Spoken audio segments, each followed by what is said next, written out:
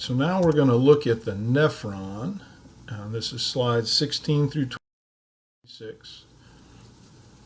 The nephron is the functional unit of the kidney, and it says as it says up here, they didn't count individual, but it's roughly about 1 million per kidney. It's pretty amazing what they do, but they are the unit that's going to filter and clean the blood. Right? And each nephron is composed of 2 parts. The first part is called a renal corpuscle. Now the renal corpuscle, down here I've tried to put a little picture of it. The renal corpuscle I'm going to circle, or try to circle right here. This is going to be where you have something called the glomerulus. This is a specialized type of a capillary. As the blood comes through there, it's going to filter it out. This is going to be where it separates. There's going to be a good percentage of the plasma is going to come out here, far more than in a normal capillary. So it's got some things in it that are special. And so the plasma that gets filtered out is then called filtrate, and that's going to go through this second part called the renal tubule. But before we get here, we'll go back up. Now, you're going to have an afferent arteriole that's going to bring blood into the glomerulus. Then there's going to be some of the plasma that's going to be pushed out in the glomerulus. That's going to be what we call the filtrate. And then the blood that is going to be leaving is going to leave on the efferent arteriole. Now you looked at this in 210 in the nervous system. Efferent means outgoing and afferent means incoming. All right. Now this whole area, it's going to have this surrounding little wall around it called the glomerular capsule. Now it used to be called Bowman's capsule a long time ago, but they're trying to get rid of people's proper names in it, so they no longer call it that. It's called a glomerular capsule, and that's what catches the filtrate. It's called again the plasma that's been pushed out. The glomerular capsule catches it, and then it will send it on to the second phase, which is the renal tubule. So if I erase that little circle around the renal corpuscle and draw a line here, this crazy wavy line stuff here, this is called the renal tubule. All right, and it's going to have 3 different parts to it. You're going to have we'll look at this at another time too. We're going to have a proximal convoluted tubule, something called the nephron loop, and then a distal convoluted tubule. So as it says here, it extends from the glomerular capsule to the collecting duct, because as this fluid, this filtrate passes through here, we're going to see this renal tubule is going to modify it a lot. And then as it comes out this distal tubule, it is going to be dropped into these long tubes that are called collecting ducts, and multiple different nephrons will be added to the collecting duct. Now the filtrate proceeds from the glomerular capsule, like we said right at the beginning, to the proximal convoluted tubule. Proximal means close to, remember that. The convoluted part here, which it doesn't say it here, but that's what it's called. Convoluted means twisting or turning. It means confusing too, which a lot of things are confusing, but proximal convoluted tubule, and then it's going to go through this thing called a nephron loop. Again, it used to be called the loop of Henle, but again, just like the Bowman up here, we don't really use those words anymore. So it's definitely called the nephron loop. The nephron loop, you will have to know, part of the nephron loop goes down, and it's called the descending limb, and part of it goes up, and that part's called the ascending limb. So as it goes down through here, this is the descending limb, and then this is the ascending limb. And then it will go into the distal convoluted tubule, this part right here. Distal means far away. Again, we're going to learn that it's really close to this. It's actually going to run right through these 2 afferent and efferent arterioles. But in the nephron, or in the renal tubule, it's long down the line, down the stream, so to speak. So it's called the distal convoluted tubule. Now, distal convoluted tubules are several nephrons, like we said, empty into the collecting duct. We'll have collecting ducts that will be draining this stuff that's down there. There's a little bit of a give and take in the collecting ducts, but at that point, it is kind of pretty much urine.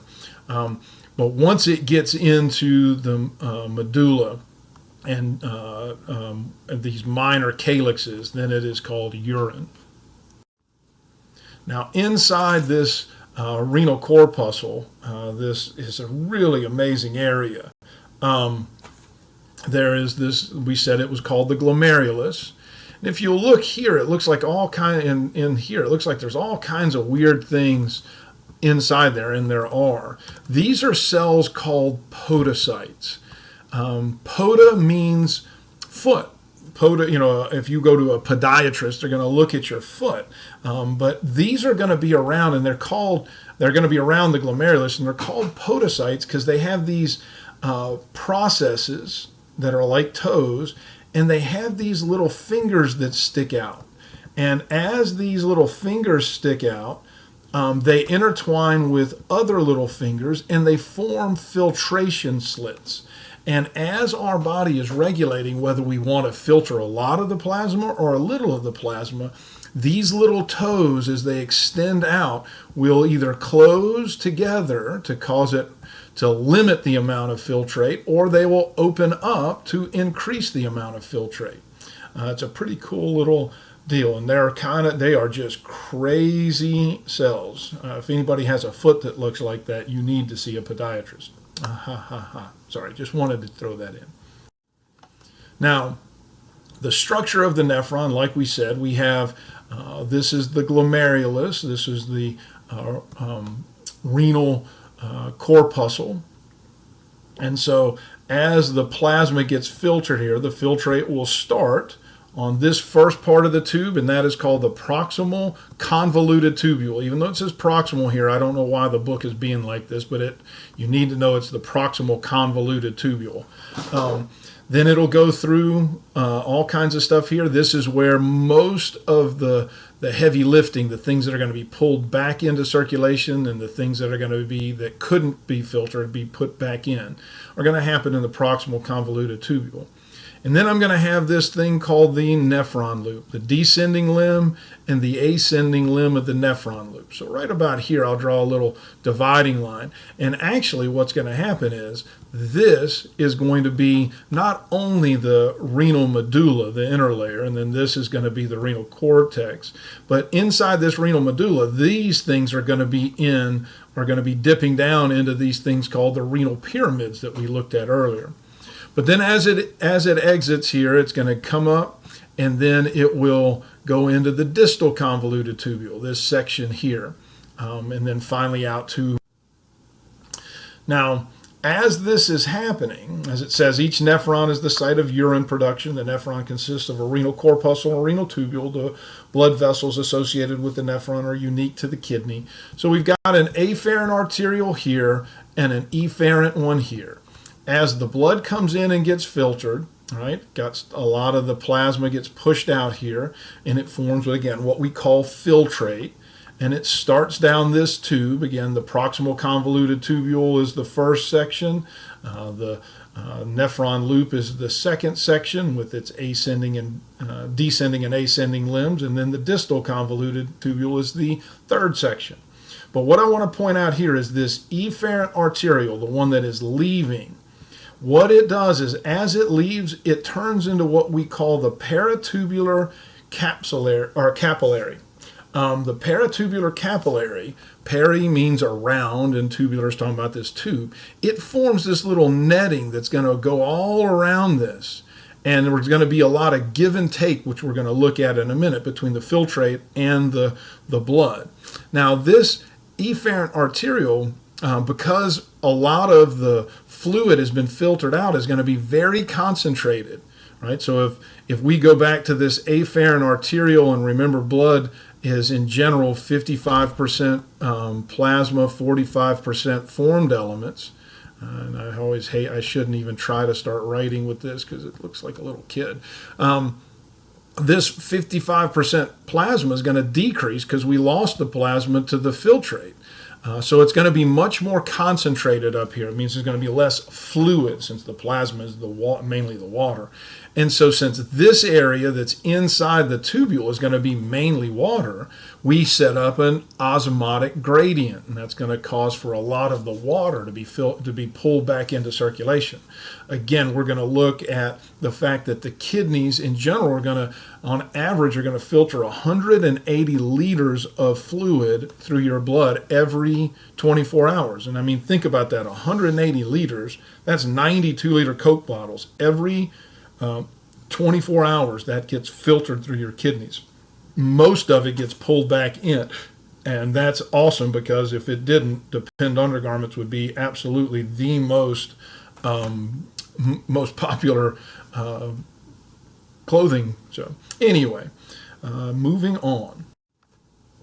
Again, this is going to give you a little idea. It's going to combine what we are looking at in this little section, which is the parts of the nephron. Then we looked at in the previous one the main parts of the kidney, the macroscopic part. So this kind of puts it all together. In the glomerulus, we're going to have filtrate that's pushed out. It's caught by the glomerular capsule. It goes through the proximal convoluted tubule, then through the nephron loop, from the nephron loop, which has got its descending and ascending limb, to the distal convoluted tubule, and then finally out to the collecting duct. Now, these collecting ducts will then drain to the minor calyx. We said that at the point of every one of those renal pyramids, there is the start of this tube that is called the minor calyx. Each renal pyramid is going to have one. Those minor calyxes will join together to form major calyxes. The major calyxes drain into the renal pelvis. From the renal pelvis, it leaves the kidneys on the ureter. It goes down and is stored in the urinary bladder. And then when it is time to empty the pool, the fluid, the urine, gets removed by way of the urethra. Remember the A there in the urethra, there's only one first. So there's only one first letter, which is an A, and the name urethra has the A in it. So there's only one urethra.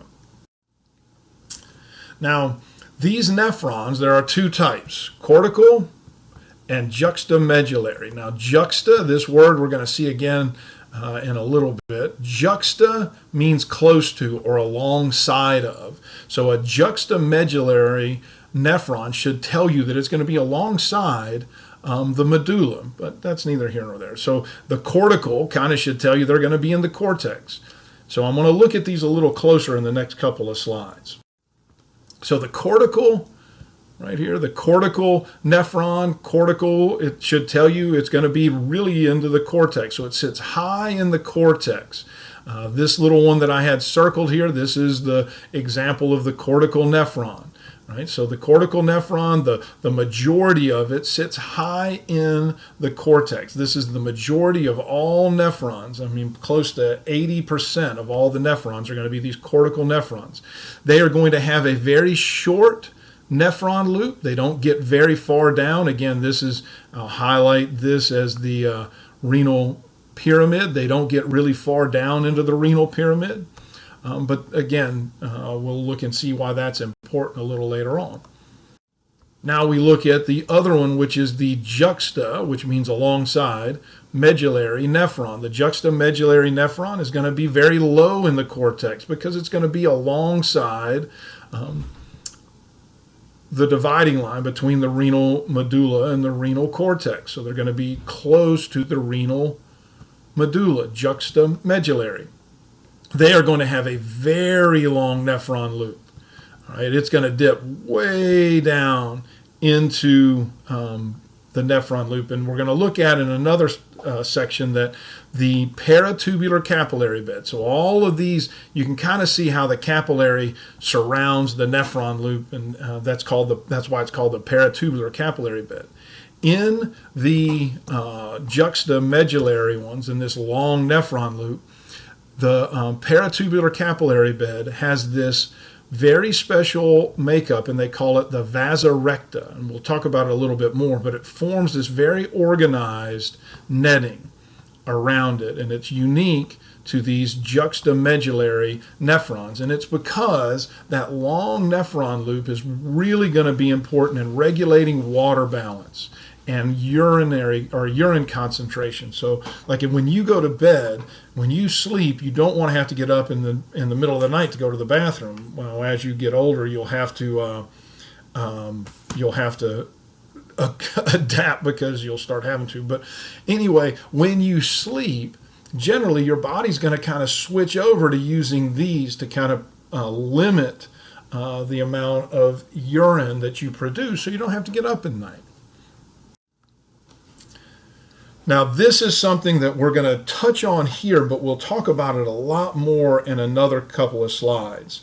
But there is another area that really helps regulate a lot of stuff going on. It's really important in blood pressure regulation, and it is called the juxtaglomerular apparatus. Now, we just talked about this word juxta. Juxta means close. So if I divide it here and I say I'm close to the glomerulus, you should have an idea of where it's going to be, and we're going to see these pictures in just a minute. But it's going to regulate a substance called renin. It's going to secrete renin to help regulate body pressure and or blood pressure. When it looks at it, it's a really amazing area. There's two types of structures. One is called the macula densa area, and these are going to be cells that are on the ascending limb, and I'm going to point this out on the picture in a minute. And then I'm going to have the juxtaglomerular cells, which are going to be smooth muscles in the afferent arteriole. All right, so again, this is called the juxtaglomerular apparatus, and it is made up of these two specialized structures, the macula densa and the juxtaglomerular cells. Now, this is a picture of it, and again, I'm going to do a close-up of it in just a second, but I wanted to show you. So, proximal convoluted tubule, nephron loop. I've got the descending limb on this side and the ascending limb on this side. And what happens is as the ascending limb comes up, right before it starts going crazy with this distal convoluted tubule, it's going to pass right between the afferent arteriole and the efferent arteriole. And you can see it better on this picture here. Afferent arteriole coming in, efferent arteriole going out. So this area is the juxtaglomerular apparatus. So let's look at it on a closer picture. So this is a little closer. Again, this is going to be the ascending limb of the nephron loop. This is going to be the afferent arteriole coming in. This is going to be the efferent arteriole leaving. You can kind of tell because this is larger.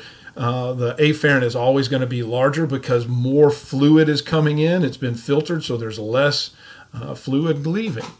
Now, this area of cells is going to be what we call the macula densa area, and then the area of the smooth muscles that is around this afferent arteriole is the juxtaglomerular cells, and they work together. And what's going to happen is, and we're going to look at this more on another slide and go deeper. This is the last slide on this portion, but we're going to look at it and we're going to see that these cells, these macula densa cells, they are monitoring the filtrate, the future urine, the filtrate that's going up through here, and they're going to be looking at the concentration of it and how much, particularly sodium, is in it. And it can tell if the fluid is going too fast or too slow based on the concentration. And so what it literally does is, if it's going too fast or too slow, it can talk to these juxtaglomerular cells and cause them to either vasoconstrict, which will limit the amount of filtrate that will help slow things down, or vasodilate, which helps increase the pressure here and increase the filtrate and speed things up. It's a pretty amazing system the way it is. And it's so crazy, again, just to remind you, all of this stuff, even though you know, it's crazy to have to sit there and think you got to remember all this, all of this was programmed in the one-stranded DNA that was formed when that egg and sperm got together, and it was already there, and it knows to make these cells exactly where they are and how to function them and how to use it to produce things like renin. So I just think that's amazing. But that is this little part of the urinary system.